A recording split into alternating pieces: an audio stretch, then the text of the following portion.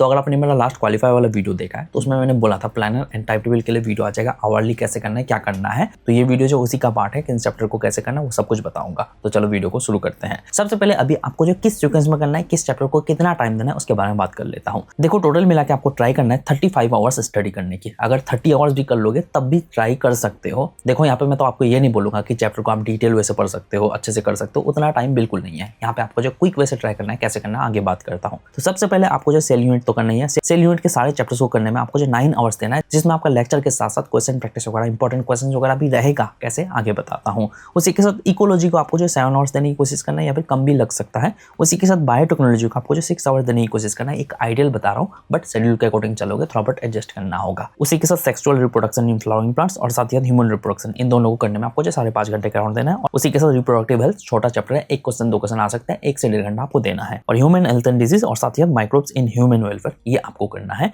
इन सबको करने में आपको जो मैक्सिमम 28 आवर्स देना है और बाकी 1 से 2 घंटा रिवीजन के लिए निकालना है, या फिर 30 आवर्स दे सकते हो और रिवीजन के लिए निकाल सकते हो। तो इतने टाइम के अंदर आपको लेक्चर भी देखना है, क्वेश्चन प्रैक्टिस वगैरह भी करना है। अब आवरली बताने से पहले क्या अप्रोच होगा वो बता देता हूँ। देखो एक चैप्टर को कंप्लीट करने के लिए, लेक्चर देखने के लिए आपको जो 1 से 1.5 घंटा देना पड़ेगा, जिसमें आप क्विक एक्सप्लेनेशन वाले लेक्चर देखोगे, जिससे आप एक चैप्टर का इंपॉर्टेंट मेन टॉपिक्स को पढ़ लोगे, जिससे आपका थोड़ा बहुत नॉलेज हो जाएगा चैप्टर का, ठीक है, जिसमें आपका इंपॉर्टेंट टॉपिक्स भी कवर हो जाएगा। उसके बाद आप सिंपली डायरेक्ट जो इंपॉर्टेंट क्वेश्चंस को करोगे और पीवाईक्यूज करोगे, साथ ही साथ टेस्ट के क्वेश्चंस को करोगे।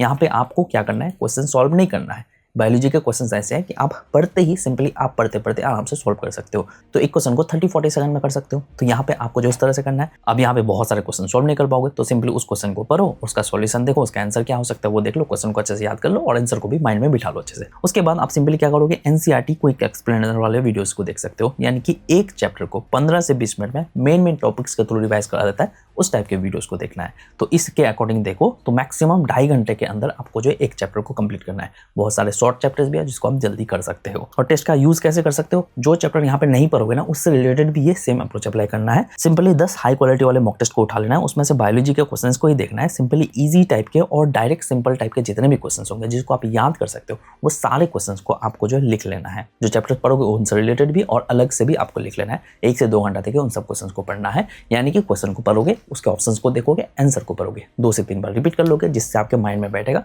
सिमिलर क्वेश्चन आ जाता है तो आप एक्स्ट्रा क्वेश्चंस भी सॉल्व कर सकते हो। ट्रिक्स वाले वीडियो में मैंने बहुत कुछ बता रखा है, उसको देख लो। अब यहाँ पे अगर मैं आवरली बात करूँ शेड्यूल के बारे में, देखो सबसे पहले तो आप सेल यूनिट से स्टार्ट करोगे। तो अर्ली मॉर्निंग मान के चलता हूँ कि आप 8 AM से लेकर स्टार्ट करोगे, 9:30 तक आप जो है लेक्चर वाला पार्ट कंप्लीट कर लोगे, ठीक है। इसमें आपका इंपॉर्टेंट टॉपिक्स भी कवर हो जाएगा। ध्यान रखना है कि अच्छे से फोकस होकर लेक्चर को देखना है। जो मेन पॉइंट्स बताएगा उसको चाहो तो कॉपी में लिख सकते हो या फिर रिपीट करके भी थोड़ा बहुत देख सकते हो माइंड में बिठाने के लिए। स्पीड करके नहीं देखना है। तो क्विक लेक्चर देखने में आपको जो 1 से 1.5 घंटा लग सकता है, जिसमें आपका कॉन्सेप्ट भी क्लियर हो जाएगा। साथ ही आप चाहो तो एनसीईआरटी को भी साथ में रख सकते हो सामने लेक्चर देखने के दौरान। लेक्चर देखने के बाद 9:40 से लेकर 10:45 AM तक आप क्या करोगे, इंपॉर्टेंट क्वेश्चंस, पीवाईक्यूज के क्वेश्चंस और टेस्ट के क्वेश्चंस, इन तीनों को करने की कोशिश करोगे। टेस्ट वाले क्वेश्चन पहले ही उठा लेना या फिर आप जब क्वेश्चन सॉल्व करने जाओ टेस्ट सीरीज के क्वेश्चंस को देख सकते हो उस वक्त। तो ये सब करने में आपको जो 1 घंटा देना होगा। वैसे भी आप बायोलॉजी के क्वेश्चंस फटाफट कर सकते हो, सॉल्यूशन भी फटाफट देख के याद रख सकते हो, माइंड में रख सकते हो। फिर उसके बाद 15 to 20 मिनट्स वाले वीडियोस को देखोगे, एनसीईआरटी रिवीजन वाले, जिसमें आपका क्विकली एक्सप्लेन कर देगा मेन पॉइंट्स, तो उसको देखोगे। तो इस तरह से एक चैप्टर को क्लियर करोगे। फिर उसके बाद जो सेकंड चैप्टर से रिलेटेड लेक्चर इस तरह से देखोगे। उसके बाद सेम चीज यहाँ पे आपको मैंने टाइमिंग बता दिया, इस तरह से करना है और 20 मिनट्स तक है क्विकली एक्सप्लेनेशन वाला वीडियोस देखना है। तो इस तरह से आपको जो हर एक चैप्टर से रिलेटेड आपको देखना है। और यहाँ पे मैंने टाइमिंग उसी तरह से पार्ट कर लिया है। इसके अकॉर्डिंग चाहो तो कर सकते हो या फिर अपने अकॉर्डिंग थोड़ा बहुत एडजस्ट कर सकते हो। कोई चैप्टर में थोड़ा बहुत एक्स्ट्रा टाइम लग सकता है